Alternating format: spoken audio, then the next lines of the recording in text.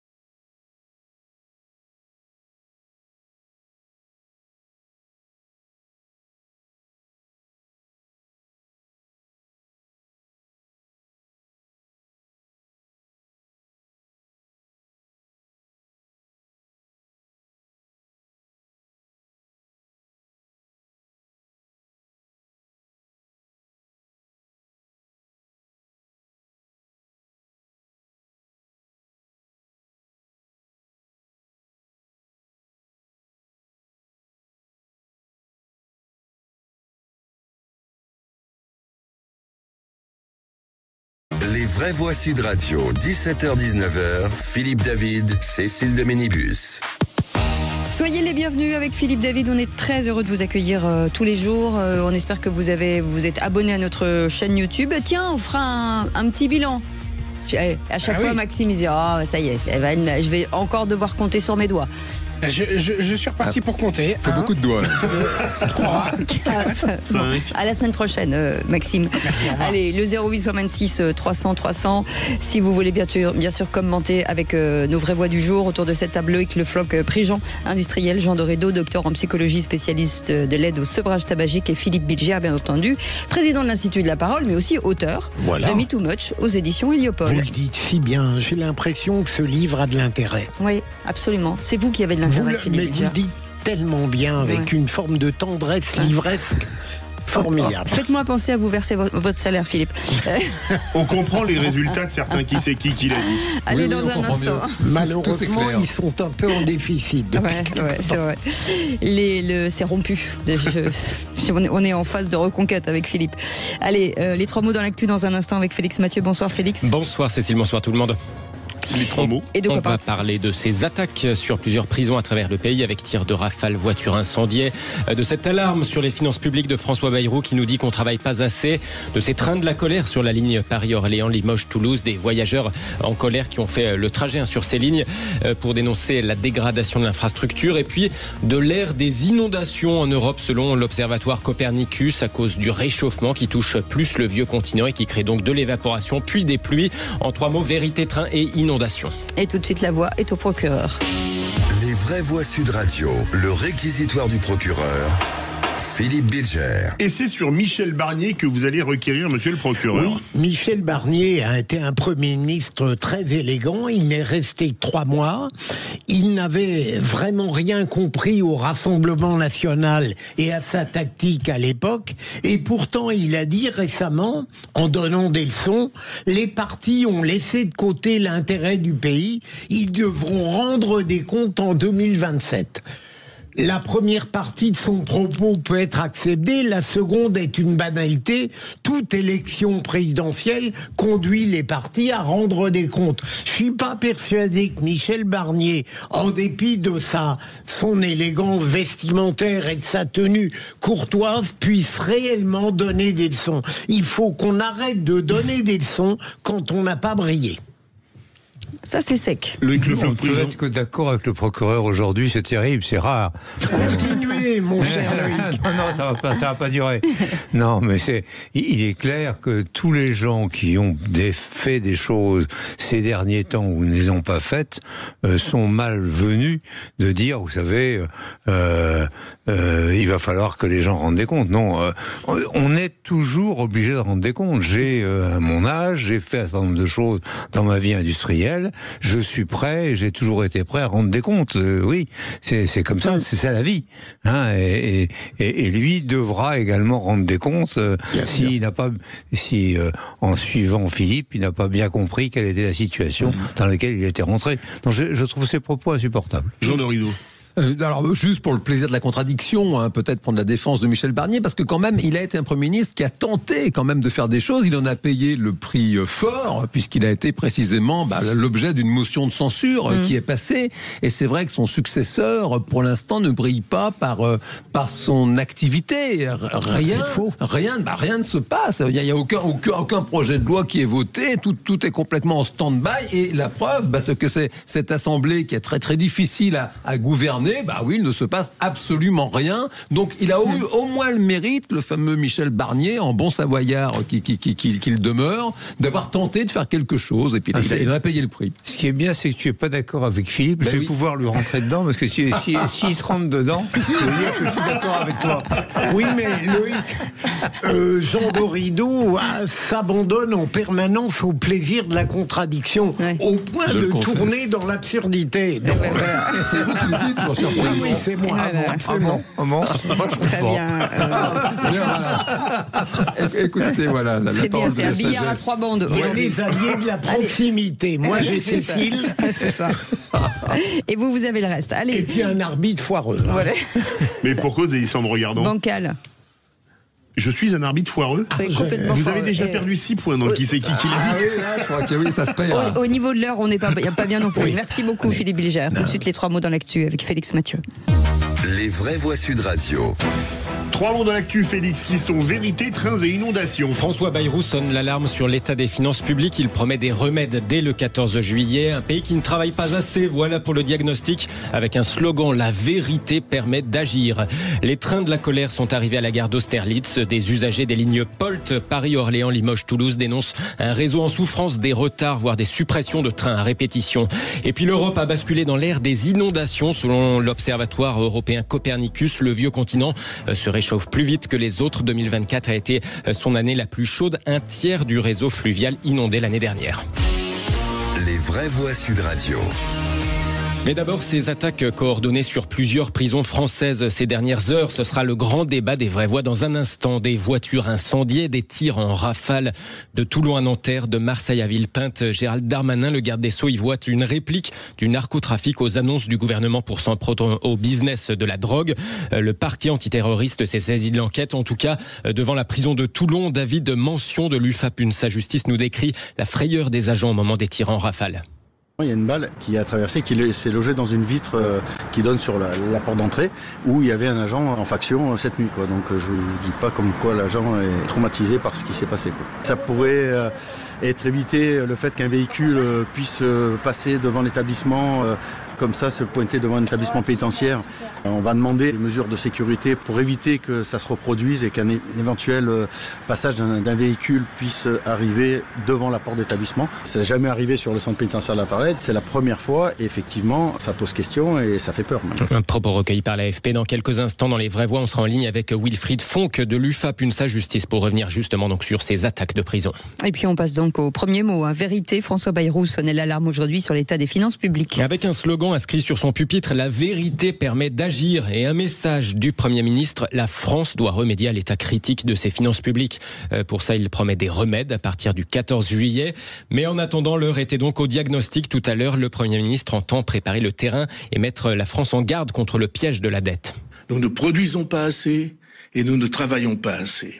Seule une prise de conscience de nos concitoyens, seule la confrontation les yeux ouverts avec la vérité de notre situation peut soutenir une action déterminée. Rien ne serait possible sans leur soutien et leur soutien ne viendra que de leur pleine information. Nous n'avons pas assez de ressources parce que notre pays ne produit pas assez. Nous manquons de ressources parce que nous ne produisons pas assez pour les créer. Notez qu'à 18h40, nous serons avec l'Association des maires de France dans les vraies voix, dans le coup de projecteur des vraies voix, l'AMF qui a préféré boycotter cette invitation, cette conférence de François Bayrou, après donc le comité d'alerte sur les finances publiques, discours notamment devant les syndicats ou les représentants des différents partis. Un mot, Philippe Bilger, sur Bayrou. Je dirais tout à l'heure, bien sûr, ce que j'ai à dire, mais le slogan est faux. La vérité ne permet pas d'agir. Et je développe pas, mais si je peux le dire tout à l'heure, ce sera très bien. Loïc Le Président. On va en parler, j'espère, un peu. On va en parler. Oui, non, c'est toujours difficile à entendre un Premier ministre qui dit les Français ne travaillent pas assez. Forcément, celui qui bosse comme un dingue, il trouve ça très injuste, quoi. Donc, c'est vrai qu'on se retient de ne pas se mettre en colère, mais voilà, c'est un petit peu trop général comme formule. Vaste programme. Troisième mot, inondation, avec ce constat de l'Observatoire Copernicus. Ah, j'ai oublié. Deuxième mot, train, avec ce jour de colère sur les lignes Paris, Orléans, Limoges, Toulouse. Oui, des usagers de ces lignes Polt ont baptisé ça les trains de la colère. Ils se rassemblent à la gare parisienne d'Austerlitz tout à l'heure pour dire leur ras-le-bol sur la dégradation de ces lignes. Partis de Cahors ou bien de Clermont, ils dénoncent 40 ans d'inaction sur le réseau avec des retards, voire des suppressions de trains à répétition. Parmi eux, des élus de ces territoires qui se sentent oubliés, dont Serge Rigal, le président du département du Lot. Imaginez que tous les jours, il y a 10 trains qui partent de la gare d'Austerlitz vers Toulouse et qu'il n'y en ait plus que 4 qui arrivent à Cahors. Vous comprenez que vous êtes déjà un peu abandonné parce qu'en cours de route, il y en a 6 qui se sont arrêtés, quoi. Nous, on se sent plus qu'abandonnés, sachant que régulièrement, ces trains tombent en panne, que régulièrement ces trains s'arrêtent à Brive. C'est du retard, c'est pas de train du tout. Tous les prétextes sont bons. Des retards qui peuvent des fois excéder plusieurs heures. Aller en train à Paris, ça devient pour nous un risque, quoi. Serge Rigal, président du conseil départemental du Lot, avec Albin Texera pour Sud Radio. Une délégation devait être reçue cet après-midi au ministère des Transports. On a un ancien patron de la SNCF. Cette ligne a été quasi abandonnée. Il fallait faire beaucoup de maintenance. Cette maintenance n'a pas été faite au profit, bien sûr, de ce que vous savez, c'est-à-dire des trains rapides. Et on se retrouve dans des situations dingues où effectivement, on fait 1 heure, 1 heure et demie, même 2 heures de plus en train régulier sur cette ligne que du temps où j'étais président, d'une part, et d'autre part que les trains n'arrivent jamais à l'heure parce que la ligne est pourrie. Donc je pense qu'à un moment, il faut faire de la maintenance. Je suis industriel, j'ai jamais compris comment la maintenance a été oubliée dans la SNCF. Oui. Et je pense que c'est cette ligne-là qui n'a pas eu de maintenance. Allez, le troisième mot, inondation avec ce constat de l'Observatoire Copernicus. Un Danube déchaîné qui ravage tout sur son passage, des centaines de morts à Valence en Espagne, emportés par des torrents d'eau et de boue. 2024 a vu l'Europe connaître une chaleur record, mais aussi ses pires inondations depuis plusieurs années. L'Europe qui a basculé dans l'ère des inondations, nous dit l'Observatoire européen Copernicus. Chaque degré de réchauffement climatique fait s'évaporer davantage d'eau, augmente de 7% la quantité d'eau susceptible de retomber sous forme de pluie. La sécheresse ou les inondations, donc selon les continents ou les moments. Le vieux continent qui se réchauffe plus vite que les autres régions du monde. Près d'un tiers du réseau fluvial européen a été inondé l'année dernière selon ce bilan donc de Copernicus. Merci beaucoup Félix Mathieu. Allez, vous restez avec nous dans un instant. Le grand débat du jour va revenir sur ces attaques coordonnées contre des prisons et des centres pénitentiaires dans plusieurs villes de France. Alors parlons vrai. Est-ce que ces attaques montrent une fois de plus la faiblesse de notre État ? Et à cette question, attaque massive contre des prisons, sommes-nous dans une tentative de déstabilisation de l'État ? Vous dites oui à 89%, vous voulez réagir. Le 0826 300 300. Wilfried Fonck est avec nous, secrétaire national du syndicat pénitentiaire UFAP UNSA. Bonjour Wilfried Fonck. Petite question rapide, est-ce que finalement vous prenez ces attaques comme un avertissement ? Alors c'est un avertissement, c'est une intimidation de plus, c'est où aujourd'hui il y a urgence à agir au niveau des politiques pour permettre de sécuriser les domaines pénitentiaires et les personnels lorsqu'ils viennent exercer leur mission. On en parle dans un instant, soyez le bienvenu, vous aussi au 0826 300 300, on est ensemble jusqu'à 19h. Sud Radio. Sud Radio. Parlons vrai. Parlons vrai. Sud Radio. Parlons vrai. Les vraies voix Sud Radio. 17h-19h. Philippe David, Cécile de Ménibus. Je ris parce que notre réalisateur et nos équipes jouent au Tu préfères. Vous connaissez Philippe David, le Tu préfères ? J'en ai entendu parler. Ah bah c'est facile, hein. C'est tu préfères ça ou ça. Il faut choisir. Ça, oui. Et c'est pas facile. Ah bah parfois voilà. C'est cornélien. Hein. Voilà. Entre la peste et le choléra, oui, c'est toujours délicat. Oui. Philippe David, vous préférez ne pas manger de saucisses pendant 1 an ou être obligé de venir faire le ménage chez moi pendant 1 an ? Ce que je préfère, le ménage, ça je prends pas le ménage. Moi, les saucisses pendant 1 an serait compliqué quand même. Ouais, d'accord. Vous prenez le ménage, d'accord. Moi, je voulais vous donner des saucisses. Là, ça y est. Il ne répond pas sincèrement. Non, je préfère manger les saucisses. Ah oui. C'est ce que j'ai dit. Et donc, j'avais compris le contraire. Oui. Ah, voilà, c'est ça. Vous êtes aussi clair que arbitre dans le. Et c'est une obsession. Décidément. Ça passera jamais. Ça ne passera. Non, mais je veux gagner. Tu veux gagner. Je veux gagner. Ça passera pas, je vous le dis tout de suite. Philippe Bilger. Tu triches. Le David ne passera pas. Loïc Lefoc, Prigent et Jean Dorédo, bien entendu, et vous, 0826 300 300, le grand débat du jour. Les vraies voix Sud Radio, le grand débat du jour. Je pense qu'il faut taper très fort. Et donc j'ai décidé quelque chose de tout à fait original, que personne n'a fait depuis plus de 50 ans dans notre pays. C'est une prison de haute sécurité. Plusieurs prisons françaises ont été visées par des incendies de véhicules ou des tirs d'armes automatiques. Aujourd'hui, on isole certains trafiquants parmi d'autres détenus. Et on voit bien que ça ne marche pas, ce système.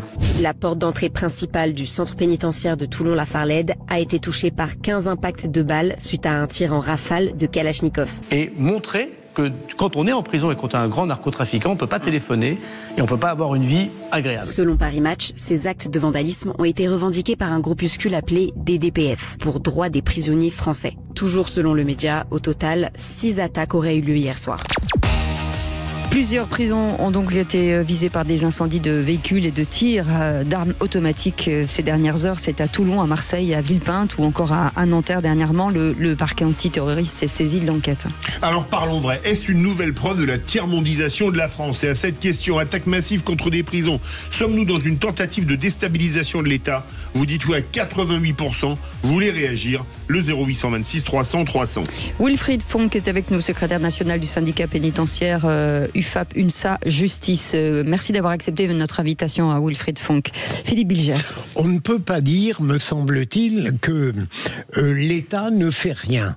Notamment, pardon de me répéter, on a un couple régalien qui tient le coup avec Bruno Retailleau et Gérald Darmanin. Mais la situation est presque pire. C'est-à-dire qu'on voit un degré supplémentaire dans l'indifférence à l'égard de l'autorité de l'État.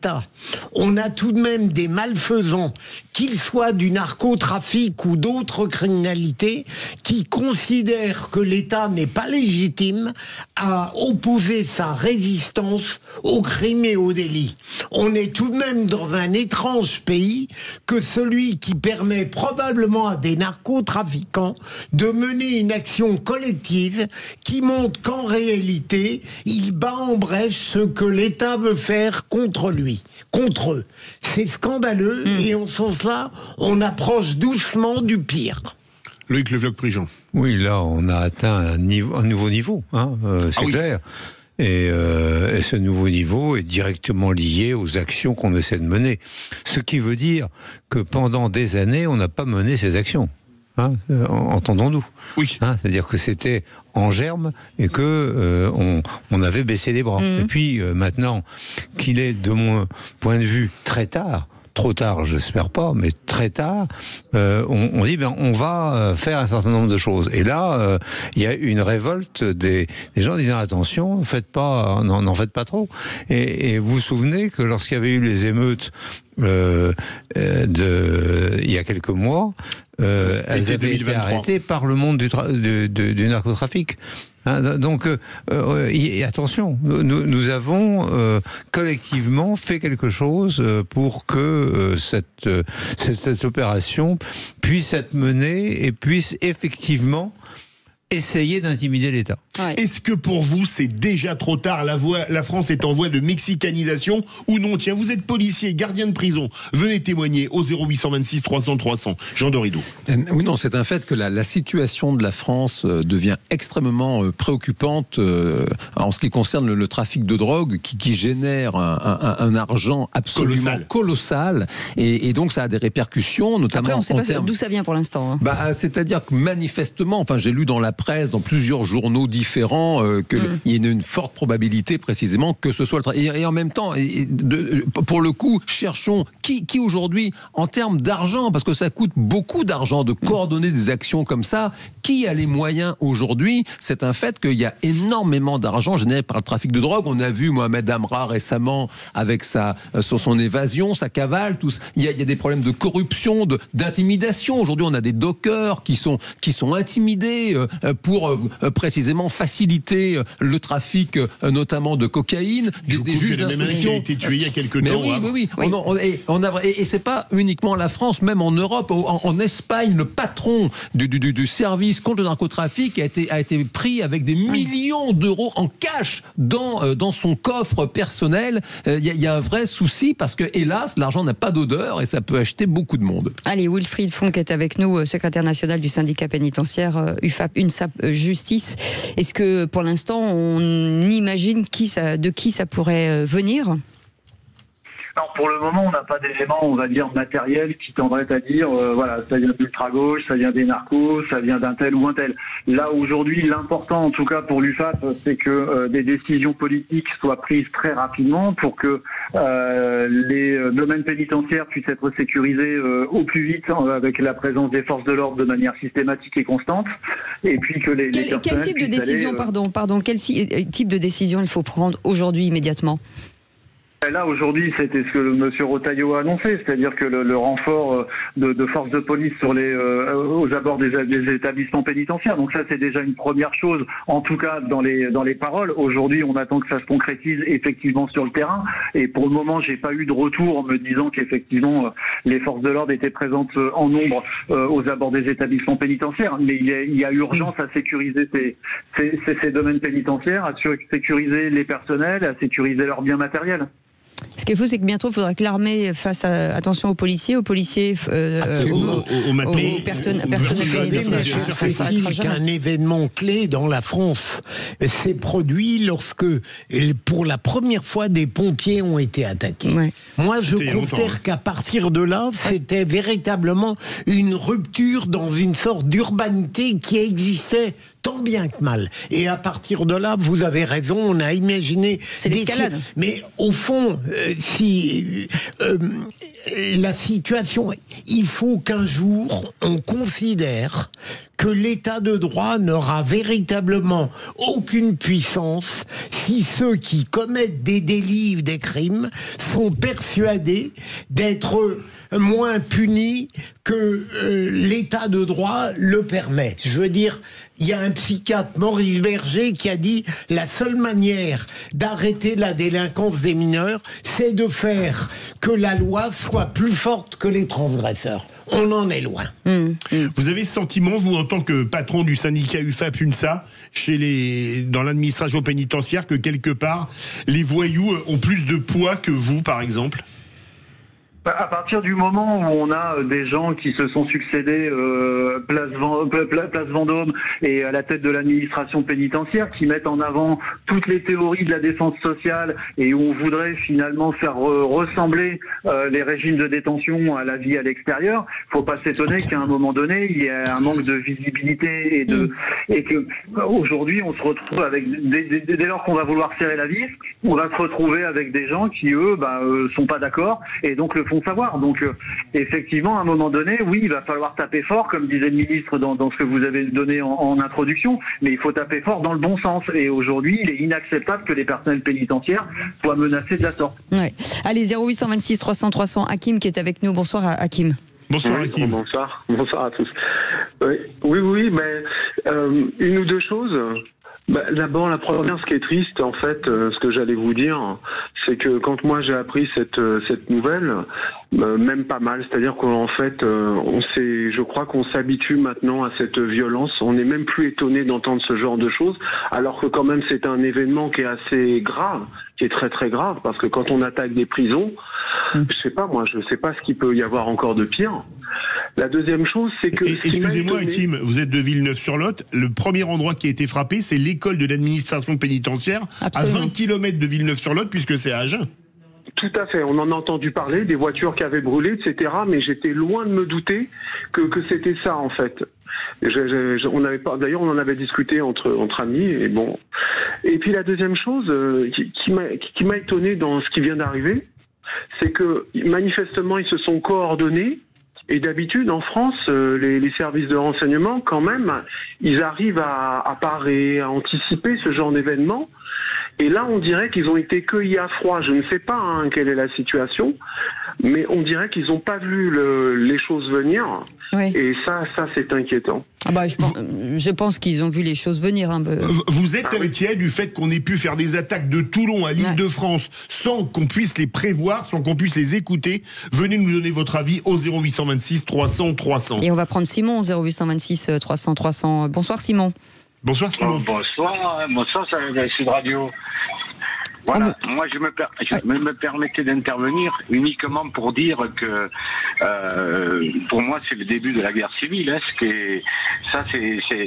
C'est un essai pour voir un peu et voir les capacités qu'ont les forces de l'ordre pour pouvoir se mobiliser.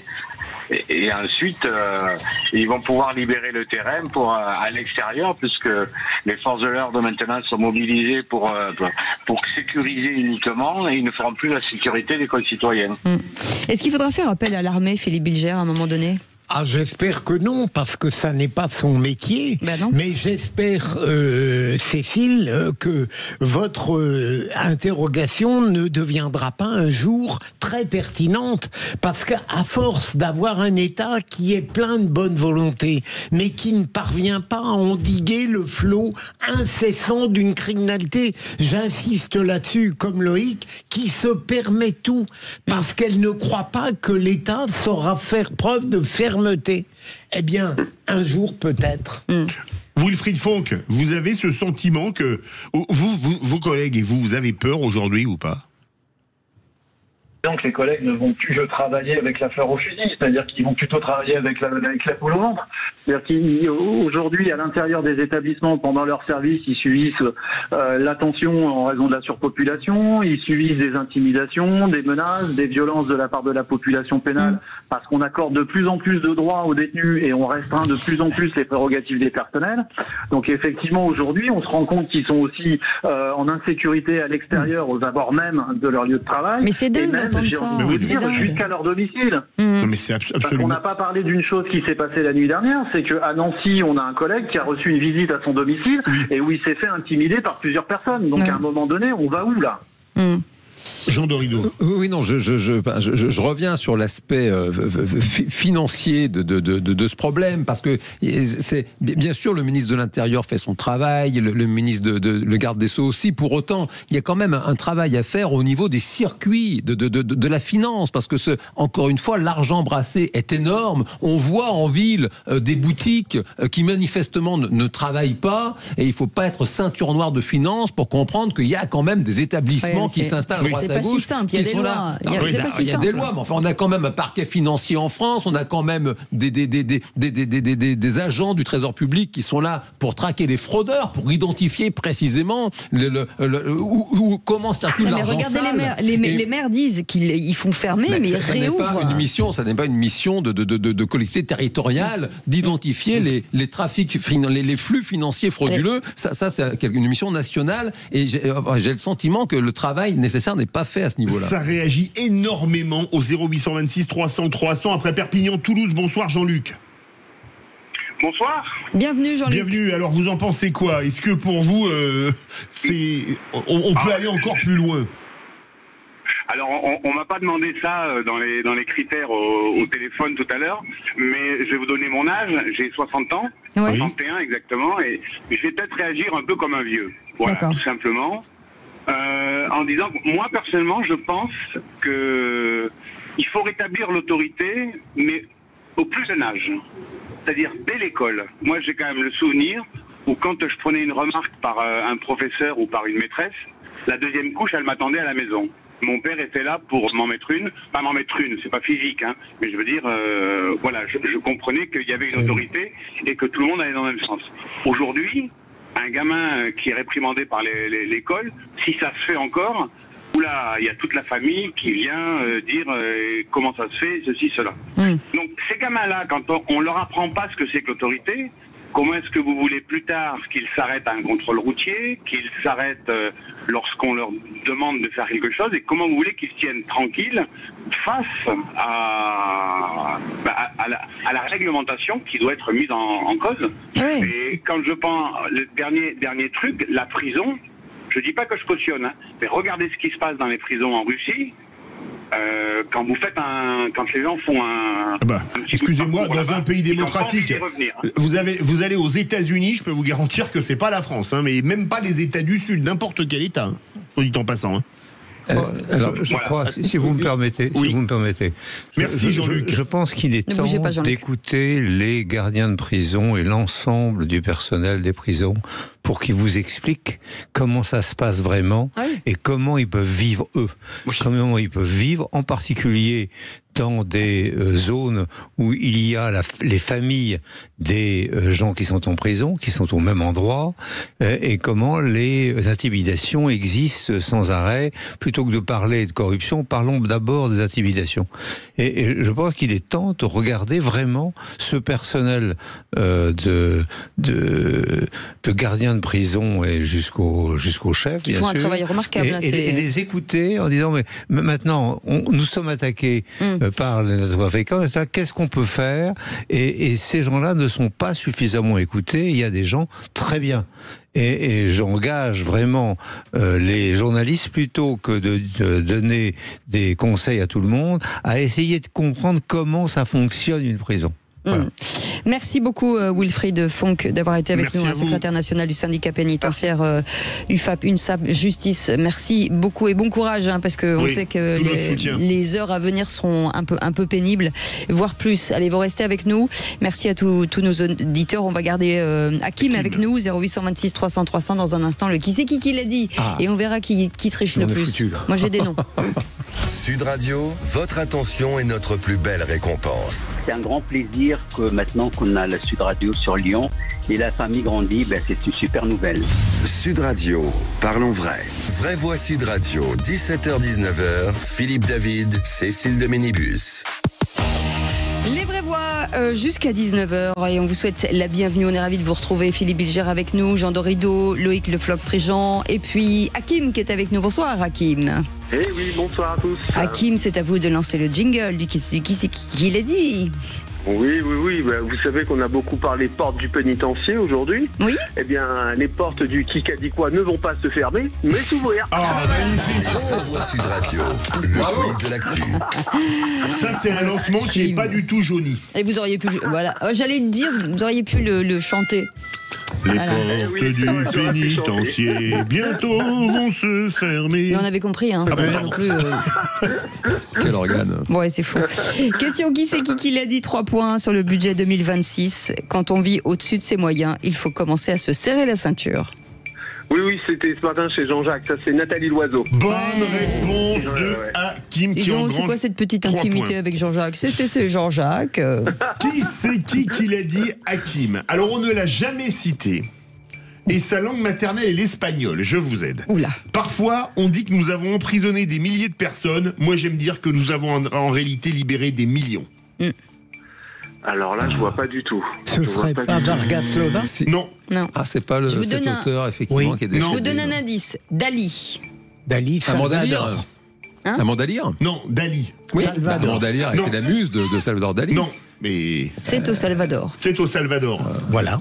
Bah non. C'était Nayib Bukele, le président du Salvador. Ah mais je l'ai dit. Vous l'avez pas dit du tout. Salvador. Mais Salvador, vous répondez France, Japon, non, Salvador. Mais vous connaissiez pas Bukele? Bukele, si. Mais vous le connaissiez pas, la preuve. Mais si. Puisque je vous dis Salvador, mais vous je veux pas la réponse Salvador, je veux la réponse Bukele. Quelle mauvaise foi, mais quelle mauvaise foi. Moi, j'adore Philippe Bilger. Voilà. Je vous ai toujours dit que c'était le meilleur tricheur de la Ah oui, bravo. Le meilleur tricheur. Mais arranger la vérité ne veut pas dire tricher. Donc j'ai perdu. Oui. Ah oui, ça, je pense que tu as complètement perdu. Alors là, vraiment, moi, je vote pour que tu perdes. Non, mais de toute façon, il y a deux camps. Il y a deux camps qui s'affrontent, c'est sûr. Allez, qui c'est qui l'a dit? La France insoumise est un danger pour notre société. Hakim. Je dirais... allez, peut-être David Lisnard. Non. Marine Le Pen? Non, c'est un ministre. Un ministre. Bruno Retailleau? Non. Pas du tout. Pas du tout. Il est macroniste, canal historique. Canal historique. Monsieur Beaune? Non. Il est plus ministre. Benjamin Haddad. Bonne réponse d'Hakim. Bravo. Ministre délégué chargé de l'Europe. Qui c'est qui l'a dit, Hakim? On ne peut pas gouverner sans dire la vérité. Bérou. Peut-être tout simple. Ouais, c'est ce que j'allais dire, le Premier ministre. Non. Manuel Valls? Non. Celui qui a dit ça doit être un menteur chronique. Qui ça pourrait être? Eh ben, vous en avez parlé tout à l'heure. Vous en avez parlé tout à l'heure. Il y a même un réquisitoire. Monsieur Barnier? Bonne réponse de Jean Dorido. Voilà. Je t'ai laissé. C'est pas la peine merci, de lever mon cher ami. Oh, écoute, quand même, un peu d'enthousiasme. Je vous ai concédé un point. Qui c'est qui l'a là, dit? tu l'as aidé. Philippe. C'est à vous. Non, c'est à vous. Ah, c'est à moi. Qui c'est qui l'a dit sur le budget 2026? Ce n'est pas sur les recettes qu'il faut compter pour trouver les 40 milliards d'euros. Hakim. C'est un député depuis très très très longtemps. Il n'a jamais été ministre. Tiens, ce serait... Un député, non, je vois pas. Les Courson. Bonne réponse de Philippe Bilger. Charles de Courson, Charles de député Courson. Lyotte. Il nous a donné un indice. Qui c'est qui l'a dit foutez la paix aux retraités? Foutez la paix aux retraités. Peut-être Marine Le Pen. Non, Un c'est un syndicaliste. leader syndical. Madame Sophie Binet. Non, Non, c'est un monsieur. non, c'est un homme. Un homme. Ah ben. Naïf, Jean-Claude Naïf. Non. Ah non, il est encore en fonction. Comment il s'appelle le gars? Et il va dire le syndicaliste, et ben j'avais la bonne réponse, non? Langauchard? Non. Et non, c'était Frédéric Souillot, secrétaire général de FO. C'est ce que vous vouliez dire, Philippe? Oui, c'est vrai. Non, je pensais à lui. Hakim, vous enseignez quelle matière? L'anglais. Vous disiez que parfois, que le bac était un bon niveau. On va vous faire écouter un son en anglais, Cécile, et vous allez nous dire quelle note vous mettriez au bac. Tiens, c'est parti. Philippe Bilger, do you speak Trump? Yes, I try. Great. Allez, on va mettre la moyenne. Worst ever seen before. C'est du russe, non? Hakim, vous mettez combien à ça au bac? Sur 10? Non, sur 20. Ah, sur 20? Oh, allez, un petit 13, Oh là là, vous êtes sympa, Hakim. Voilà, tout le monde a le bac. Moi, je craignais moins principal.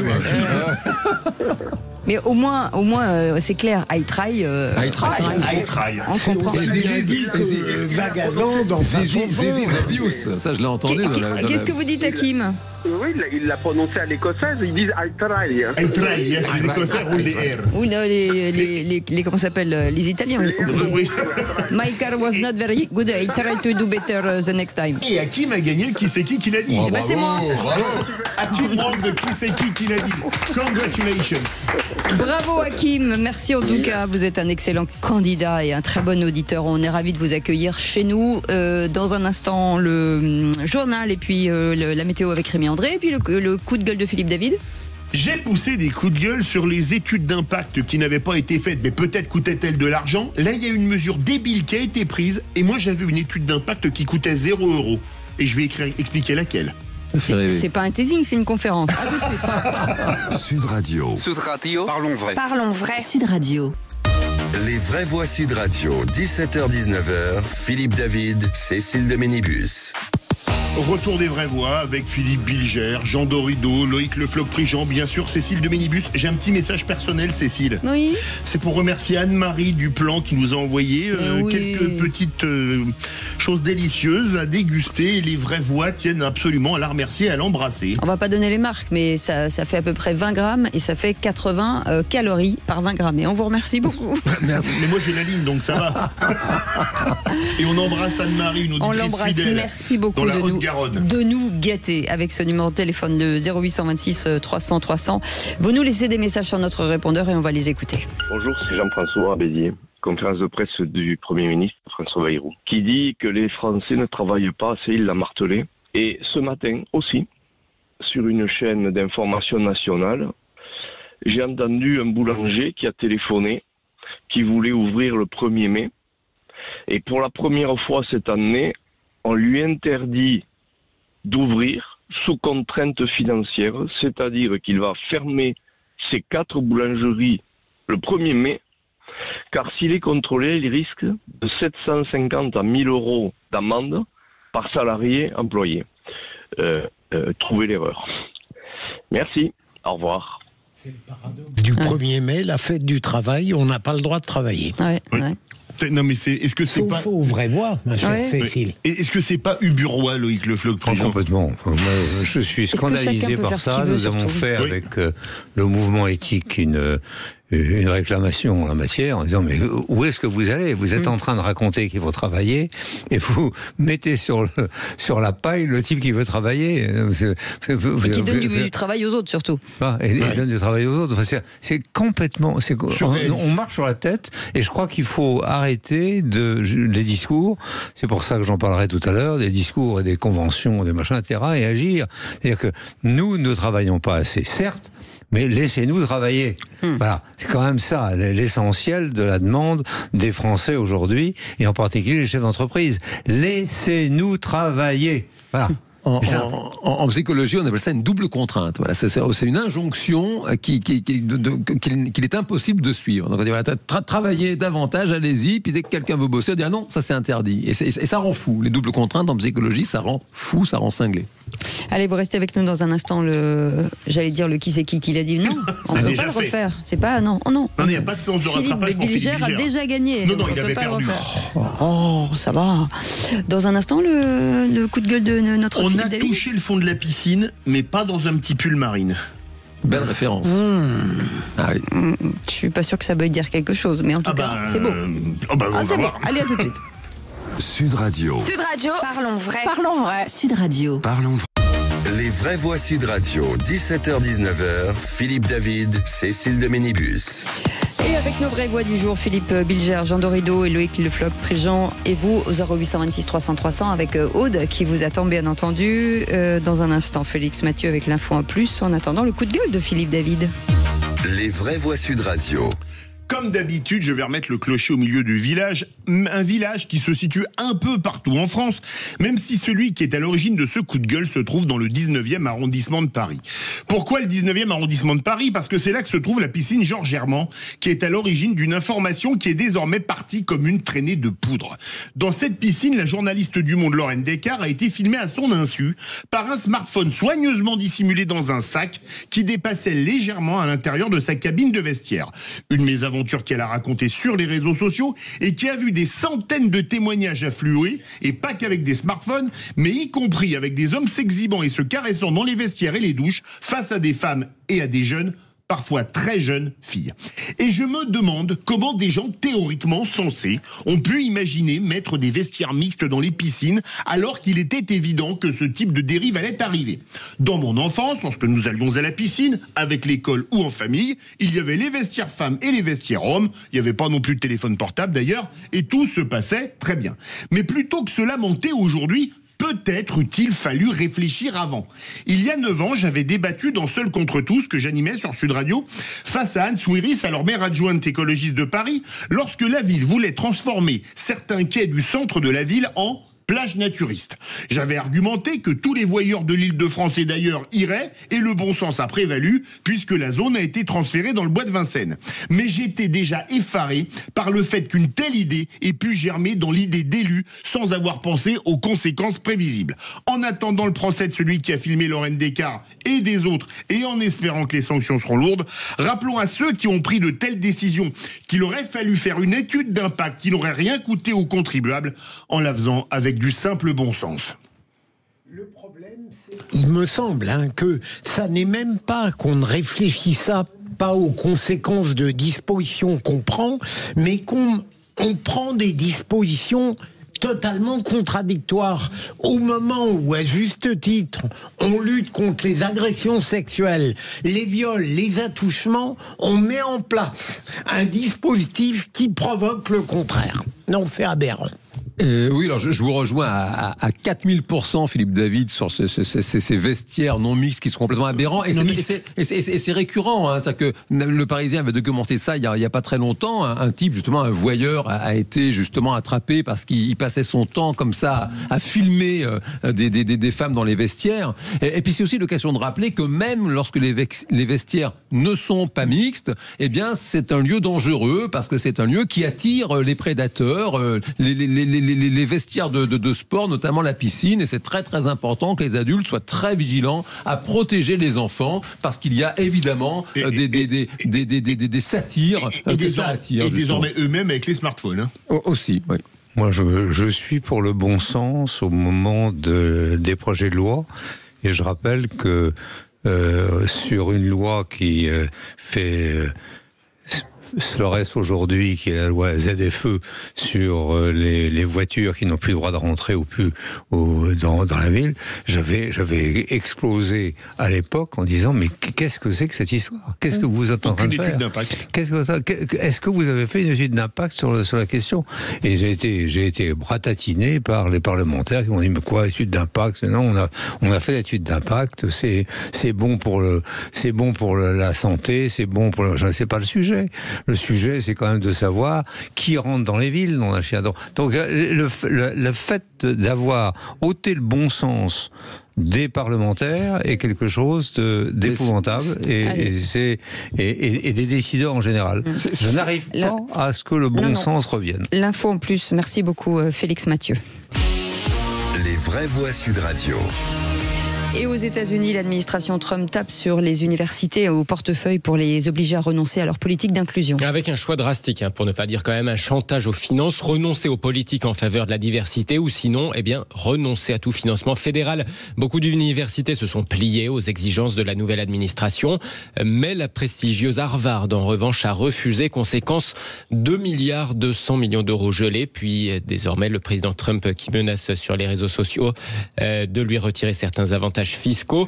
Au-delà de ces histoires de politique d'inclusion ou de programmes devenus indésirables pour le gouvernement fédéral, l'administration Trump reproche aussi aux universités comme Harvard les mobilisations en faveur de Gaza sur les campus. La Maison-Blanche reproche à la direction d'Harvard de ne pas avoir lutté suffisamment contre l'antisémitisme. Pour parler de tout ça, nous sommes avec un spécialiste de la société et de la politique des États-Unis. Bonsoir Jean-Éric Brana. Bonsoir, oui. Merci d'être avec nous dans Les Vraies Voix sur Sud Radio. Concrètement, c'est quoi ces politiques en faveur de la diversité que la nouvelle administration Trump veut forcer les universités à abandonner ? Alors c'est compliqué à comprendre d'un point de vue français, puisqu'en réalité, je vais essayer de la faire courte, mais il faut se mettre dans un climat américain dans lequel il y a des communautés, les gens vivent en communauté, et on a eu aux États-Unis, encore une fois pour faire très simple et très schématique, une ségrégation pendant de nombreuses années. À la fin de cette ségrégation, il se trouve que les Afro-Américains n'allaient pas dans les universités, à part les universités qui avaient été créées pour eux spécialement, il y en a totalement noirs. Et puis, beaucoup n'avaient plus accès aux mêmes choses que les Blancs. Et donc, on avait mis en place ce qu'on appelle de la discrimination positive. Par la suite, on est arrivé à de l'inclusion. On a expliqué qu'il fallait laisser plus de femmes à toutes les communautés. Alors, c'est également les femmes qui avaient moins d'accès également à l'éducation ou à certains types d'éducation, comme par exemple les sciences. Puis, ça a été d'autres groupes, les Asiatiques, les Hispaniques, les handicapés. Tout cela, ce sont ces politiques d'inclusion aux États-Unis. Qu'est-ce qui a posé problème à la majorité républicaine ? Tout simplement qu'ils considèrent qu'en donnant des chances à d'autres communautés, on en enlève de fait à des Blancs. Et donc, à égalité de niveau, on va faire passer plutôt quelqu'un d'une minorité, et donc ils considèrent que leurs enfants n'ont pas les mêmes chances en allant plus loin, en disant que même avec un niveau plus bas, on va prendre quelqu'un d'une minorité, et donc là ça devient carrément injuste pour beaucoup d'entre eux. Et ça a été de l'énervement au cours des années, jusqu'à arriver aujourd'hui à une politique assez extrémiste, puisqu'il s'agit d'arrêter totalement et brutalement ces politiques-là, en prétendant que ce n'est pas sur le genre, ce n'est pas sur la couleur de peau ou tout autre critère. Je rappelle qu'il y a également l'accueil des handicapés dans les universités qui sont concernés. Et pour la politique trumpiste aujourd'hui, il s'agit de donner des chances égalitaires à tout le monde. Donc on passe uniquement aux notes.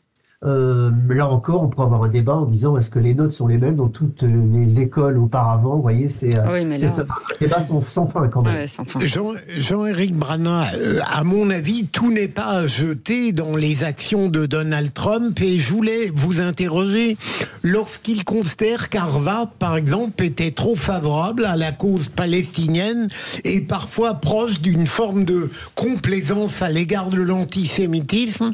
Est-ce que lui-même a du pouvoir là-dessus, ou est-ce que ça relève seulement du président de l'université ? Alors, il y a deux questions dans votre question, si vous me permettez de les reformuler. La première, c'est savoir s'il a du pouvoir. Alors, la réponse est claire, oui, puisqu'il enlève des crédits fédéraux, et donc il a du pouvoir, un pouvoir de nuisance déjà, et on peut ensuite en parler ou pas.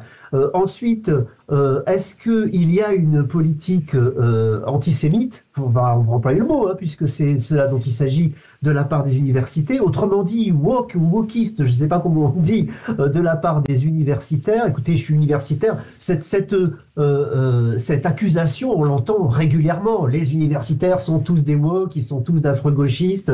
Alors, si woke veut dire gauchiste, tous les universitaires ne sont pas gauchistes, je vous rassure. Si ça veut dire autre chose, il faut qu'on mette une définition un peu plus claire là-dessus, parce que franchement, pour moi, elle n'y est pas. Et c'est un fourre-tout. Maintenant, pour être concret avec votre question, est-ce qu'il y a de l'antisémitisme ? Est-ce qu'il y a de l'antisémitisme ? La réponse est non. Il y a un droit à exprimer des pensées qui ont été pro-palestiniennes.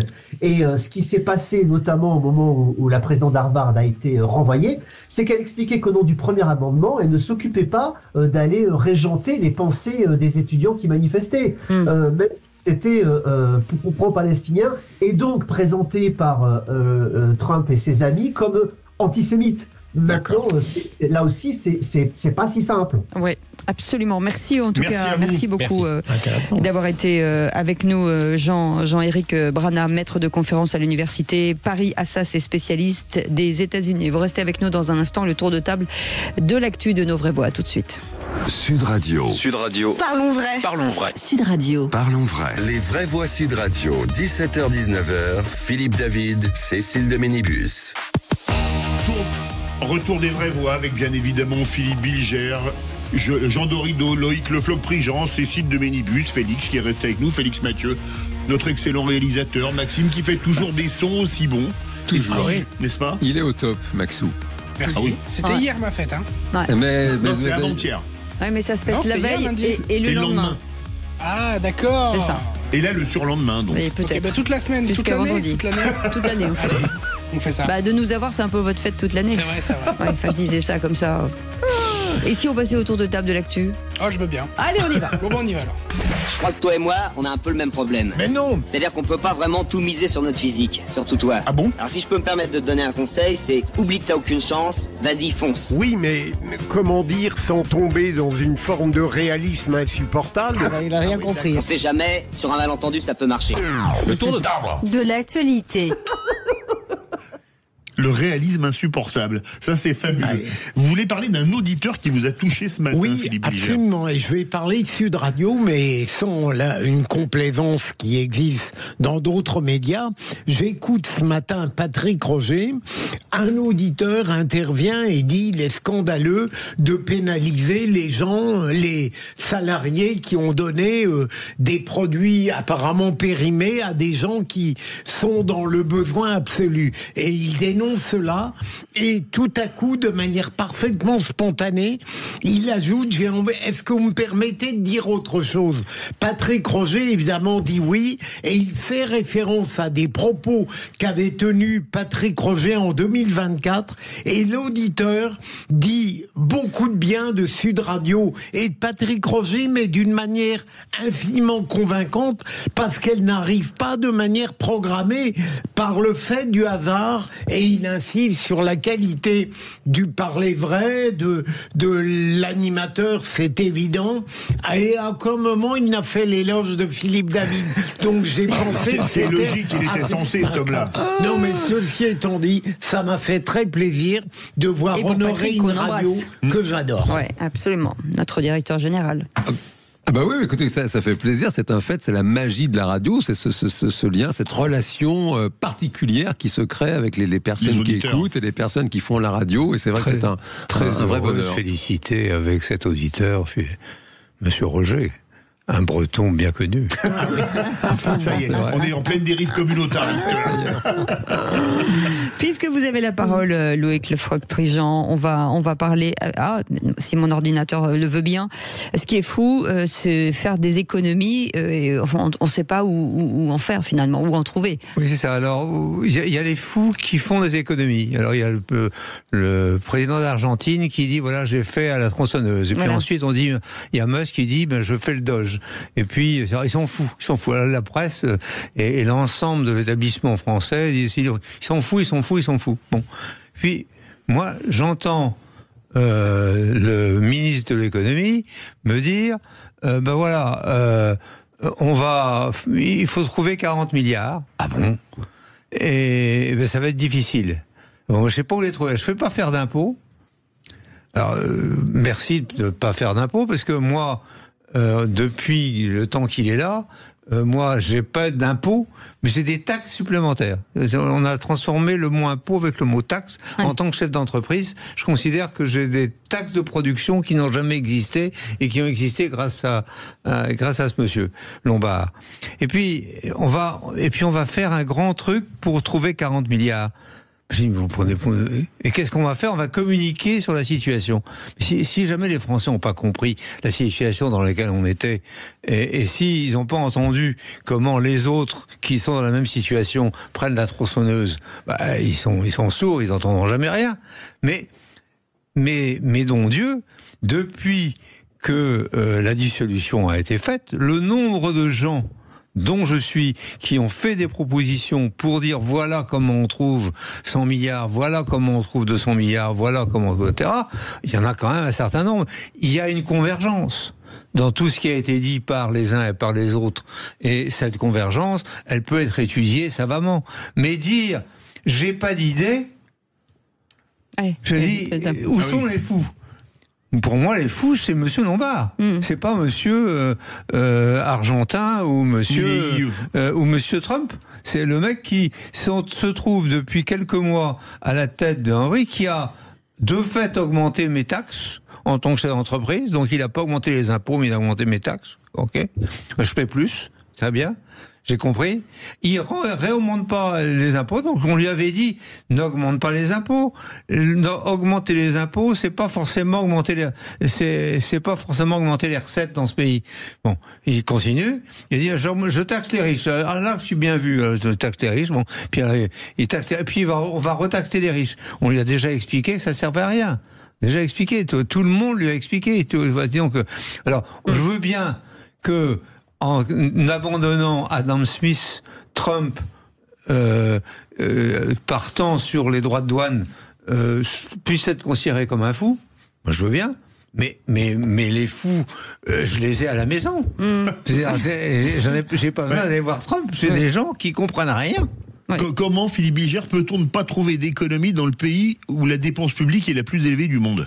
Sûrement, et si vous le permettez, Loïc, est-ce que c'est ça votre piste fondamentale? C'est-à-dire diminuer les dépenses sociales, par exemple? Mais diminuer les dépenses, ça se fait quand tout chef d'entreprise qui est confronté à un mur se dit comment je vais diminuer mes dépenses.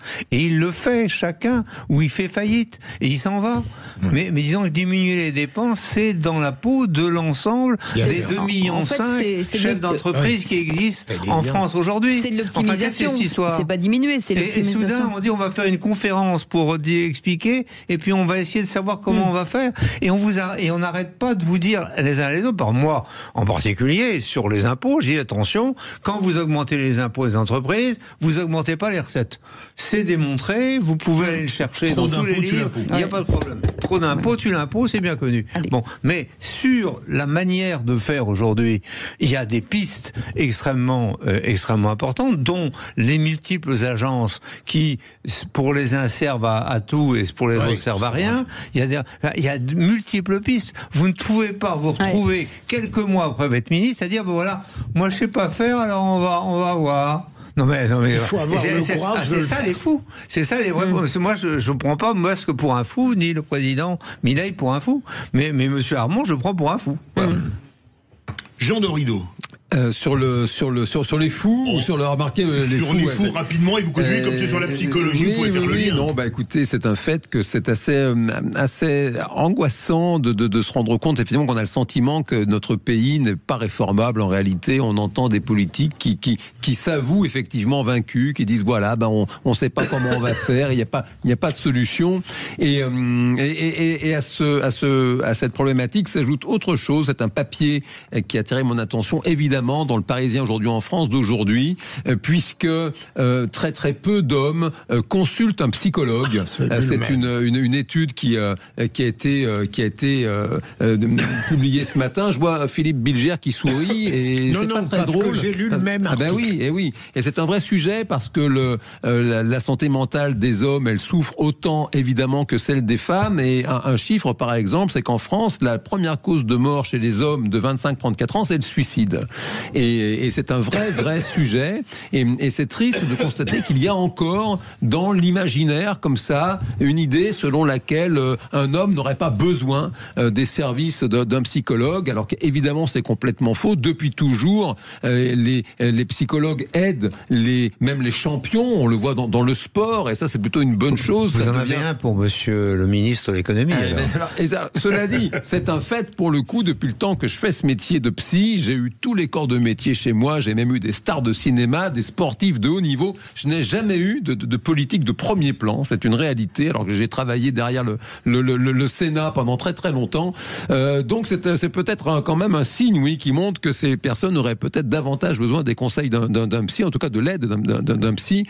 Pour autant, voilà, c'est important de rappeler qu'il n'y a aucune honte à aller voir un professionnel de la santé mentale, et même au contraire, c'est un signe plutôt d'intelligence et plutôt de force. Preuve en est, les sportifs de haut niveau, les JO 2024, ça a été quelque chose de notable. Ça a été vraiment l'apanage, je dirais, des psys, puisqu'on a des champions comme Teddy Riner qui disent, moi j'emporte un psychologue dans mes valises quand je vais dans des compétitions internationales. On a eu des grands sportifs qui ont parlé de leur dépression, de leur besoin de se faire aider par des professionnels de la santé mentale, les psychologues en premier chef. Donc rappelons à tous les hommes qui nous écoutent et qui souffrent, eh bien qu'il y a des psychologues qui sont là pour les aider, et que ça fait du bien d'aller voir quelqu'un dans ce métier. Il est en effet très intéressant de voir à quel point la psychologie pour certains hommes apparaît comme le contraire de la virilité. Voilà. Alors que je pense que c'est l'inverse. Là, je vous rejoins, mon cher Jean. Merci de le rappeler, mon cher Philippe. Allez, vous restez avec nous. Dans un instant, on va revenir sur l'Association des maires de France qui a boycotté la conférence budgétaire de François Bayrou, dénonçant une simple séquence de communication, je cite. Alors parlons vrai, est-ce que ce boycott était une position politique ou de principe? Et à la question, les maires ont-ils eu raison de boycotter la conférence sur les finances publiques de François Bayrou? Vous dites oui à 95%. Vous voulez réagir? Le 0826 300 300. Et Muriel Fabre est avec nous, secrétaire générale de l'Association des maires de France et maire de Lampertheim dans le Bas-Rhin. Petite question, y a-t-il une perte de confiance entre les maires de France et l'exécutif? Je pense que c'est effectivement comme ça qu'on peut voir les choses. Aujourd'hui, on n'a pas souhaité participer à cette réunion parce que pour nous, elle ne remplissait pas les conditions d'une véritable réunion de travail. Donc oui, la confiance est en train de s'étioler un petit peu. On en parle dans un instant. Soyez les bienvenus. 0826 300 300. On est ensemble jusqu'à 19h. Sud Radio, c'est votre opinion qui compte. Je vous félicite pour vos émissions. C'est toujours un plaisir. Je déguste votre émission. Sud Radio, parlons vrai. Les vraies voix Sud Radio, 17h-19h. Philippe David, Cécile de Ménibus. Les vraies voix qui vous accueillent tous les jours de 17h à 19h avec Philippe David qui est en forme. Oh oui, vous aussi, en pleine forme. Oui. J'ai senti que vous alliez me faire l'accent belge. Oh bon, là, très bien. Mais vous faites mieux que moi, vous avez vécu là-bas. Bon, c'est sûr. Vous avez toujours la frite. J'ai toujours des moments qu'elle est très cuite. L'accent italien aussi, ma chère, que vous avez imité tout à l'heure. En anglais ? En italien. En italien, ouais. Je vous le referai, Philippe, et en privé, parce que voilà. C'est un petit plaisir comme ça qu'on se fait. Et chers amis, on vous souhaite la bienvenue. On est ensemble jusqu'à 19h. Tout de suite, le coup de projecteur des vraies voix. Les vraies voix Sud Radio, le coup de projecteur des vraies voix. L'Association des maires de France dit non à l'invitation. Nous ne produisons pas assez et nous ne travaillons pas assez. Nous dépensons trop par rapport à nos recettes. La réunion du comité d'alerte apparaît davantage comme une séquence de communication destinée à exposer les analyses du ministère de l'économie et des finances. C'est comme si chaque Français devait à sa banque près de 50 000 €. L'AMF alerte depuis longtemps sur la dérive des comptes publics. Elle a déjà formulé de nombreuses propositions pour changer radicalement d'approche.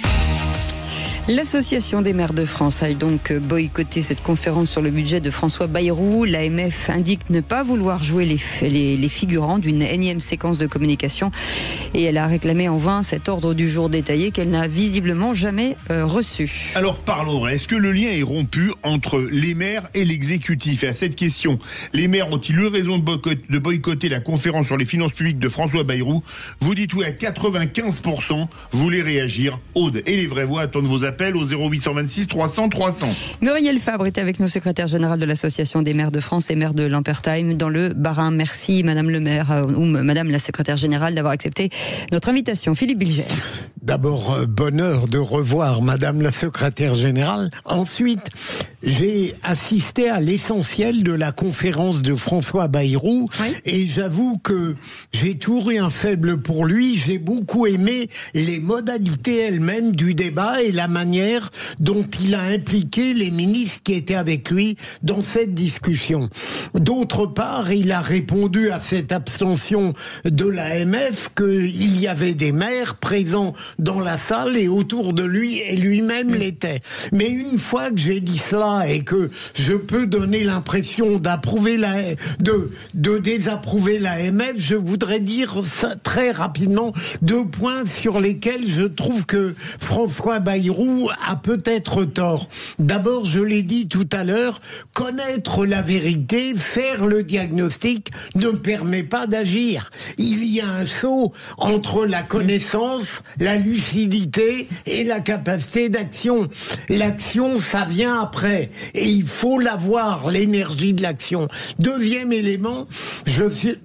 élément, je suis frappé de voir à quel point François Bayrou adore les actes préparatoires, l'alerte, le diagnostic, mais j'avais envie de lui dire en toute modestie, mais pourquoi vous nous faites attendre juillet pour nous donner les solutions au sujet desquelles vous avez déjà réfléchi? Excusez-moi, c'est du teasing, quand même 4 mois, ça permet aux gens vraiment de la pression de monter. Loïc Le Floch-Prigent.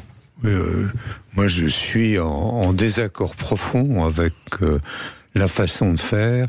Aujourd'hui, il est temps d'agir. Nous sommes dans une situation dramatique. C'est pas la peine de dire nous sommes dans une situation dramatique, nous on va attendre 4 mois. On sait ce qu'il faut faire. Il faut arrêter de dire aux Français on va réfléchir. Bon, on savait bien que sur les retraites, c'était impossible de revenir en arrière. Bon, on leur a dit maintenant on va faire un conclave et on va voir si c'est possible. On sait bien que c'est pas possible. Là, on est au pied du mur. Est-ce que vous voulez sauver les entreprises françaises ou non? C'est ça le sujet.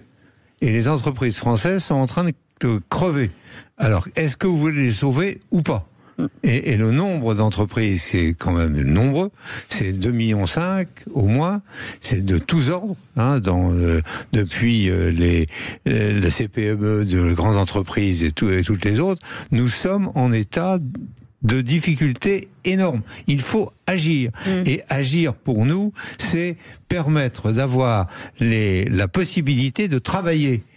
Et je répète, si jamais nous continuons à avoir ce nombre de personnes et cette bureaucratie qui nous empêche de travailler, nous avons des fers aux pieds.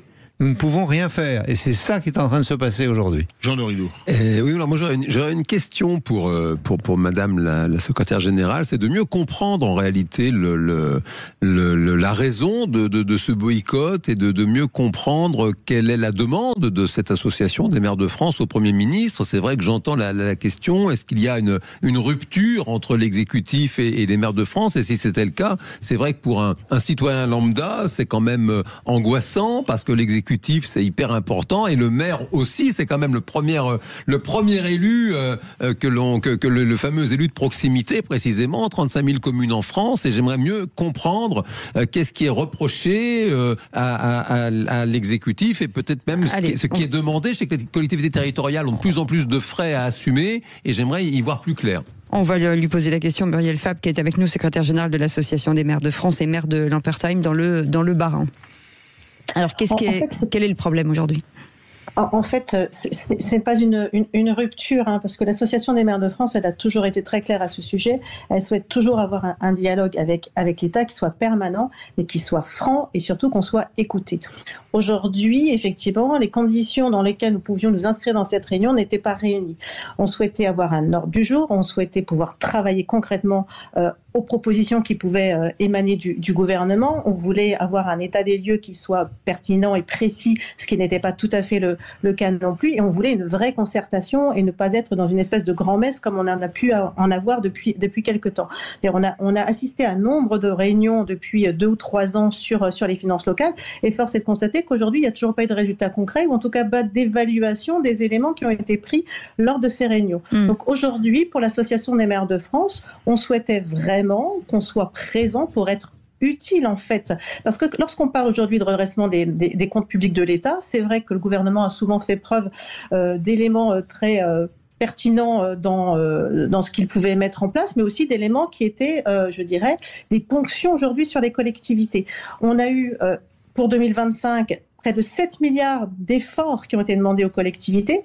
On sait qu'il y a eu énormément de sollicitations de la part des collectivités pour diverses raisons, alors qu'on a toujours dit, qu'on l'a toujours rappelé, que les collectivités n'étaient pas la cause aujourd'hui de la dette de l'État et des dépenses publiques. Donc, on ne peut pas juste être présent et ensuite assister à des petits patchs ou des petits pansements de mesurettes proposées par le gouvernement, alors que derrière, l'Association des maires de France a fait des propositions, continue de faire des propositions et qu'elle n'est toujours pas entendue. C'est pas un coup de force, c'est juste à un moment donné de se dire qu'on veut réellement être entendu et ce n'était pas une vraie réunion de travail. Preuve en est d'ailleurs des conférences de presse qui ont suivi. Est-ce que vous avez écouté le discours du Premier ministre et est-ce qu'il y a des choses avec lesquelles vous êtes d'accord, en tout cas sur ce constat ? Sur le constat d'un point de vue général, bien évidemment, sur le fait qu'aujourd'hui, il ne faut pas redresser les comptes de l'État avec une augmentation de la fiscalité, bien évidemment, mais le point dur aujourd'hui, c'est bien la réduction des dépenses publiques, et la réduction des dépenses publiques ne doit pas forcément passer par une réduction drastique des dépenses publiques des collectivités. Je pense que c'est là aujourd'hui où l'équilibre ne se fait pas. On a besoin aujourd'hui, et on l'a dit, de moins de normes. L'excès de normes aujourd'hui nous étouffe et est extrêmement coûteuse. Le CNL l'a encore rappelé, les normes qui ont été produites en 2024, c'est 1,6 milliard de coûts pour les collectivités en plus. Donc il faut un véritable moratoire dans ce cadre-là et on ne l'a pas suffisamment entendu, me semble-t-il, dans les propos du Premier ministre. Ensuite, là où il me semble, et je crois que c'est d'ailleurs la ministre de l'économie qui l'a rappelé, la question aujourd'hui des organismes qui sont coûteux, inutiles, là aussi c'est un vrai sujet. Et l'Association des maires de France est aussi en phase avec cette proposition. Mais par contre, la question aujourd'hui des ponctions ou de la recentralisation des finances des collectivités locales vers l'État, on a vu que ça ne sert à rien. On le voit typiquement, c'est-à-dire qu'aujourd'hui, nous, on continue à contribuer au redressement des comptes publics et le déficit de l'État continue de s'accélérer. Muriel Fabre, vous êtes élu à l'Ampertime, donc dans le Grand Est, et ça rue dans les brancards, dans le Grand Est, là, c'est pas les maires, c'est les présidents de conseils départementaux qui ne veulent pas que l'État leur impose de nouvelles dépenses sociales. Est-ce qu'il n'y a pas une bronca de nombre d'élus locaux aujourd'hui ? Je pense que la bronca, elle date pas d'aujourd'hui. Elle avait déjà commencé en 2023, elle avait continué en 2024, notamment lorsque les premiers prémices sur la loi de finances initiale faisaient montre d'une volonté en fait de récupérer de l'argent sur les collectivités. Et puis c'était toutes ces maladresses, vous savez, cette vision des collectivités qui sont assises sur un tas d'or, qui dépensent très mal, qui font trop de ronds-points. Je caricature, mais on n'en est pas loin aujourd'hui. Alors qu'on le sait, la dette des collectivités n'a pas augmenté depuis 30 ans. Elles sont soumises à la règle d'or qui veut un équilibre entre leurs recettes et leurs dépenses. Ce n'est absolument pas le cas de l'État. Elles ne peuvent s'endetter que pour l'investissement et non pas pour le fonctionnement, ce qui n'est pas le cas de l'État. Et en parallèle de ça, on nous demande de réduire nos dépenses. Et l'État continue de nous faire en sorte qu'elles augmentent. Un sujet qui a été, je dirais aussi un sujet d'injustice profond pour les maires, c'est la question de la CNRACL, la cotisation retraite pour nos agents, qui se voit augmenter de 3 points cette année jusqu'à une trajectoire de près de 12 points, qui est une décision totalement inique et qui ne sert aujourd'hui qu'à alimenter un puits sans fond. Donc on continue en fait à vouloir faire en sorte que les collectivités participent à ce redressement, ce qu'elles veulent bien faire, mais dans une vision très avec un modèle totalement différent, c'est-à-dire avoir une revue des dépenses et une revue des recettes, et savoir si effectivement aujourd'hui la totalité des contributions des collectivités territoriales sert à quelque chose. Et ça, on n'en a pas la moindre preuve à ce moment-là. Merci beaucoup Muriel Fabre d'avoir accepté cette invitation, à secrétaire général de l'Association des maires de France et maire de Lampertheim dans le Bas-Rhin. Merci beaucoup. Merci Philippe Bilger, merci. Jean Dorido, merci beaucoup Loïc Le Floch-Préjean. Vous restez avec nous dans un instant, on va parler d'emploi avec les emplois saisonniers et mes invités dans quelques instants, et vous retrouvez Philippe David à partir de 20h pour le football. Ah oui, et puis là ce sera très chaud, 1h du coup d'envoi de Aston Villa Paris Saint-Germain. Qui c'est qui va gagner, Le PSG. Bien sûr, à tout de suite.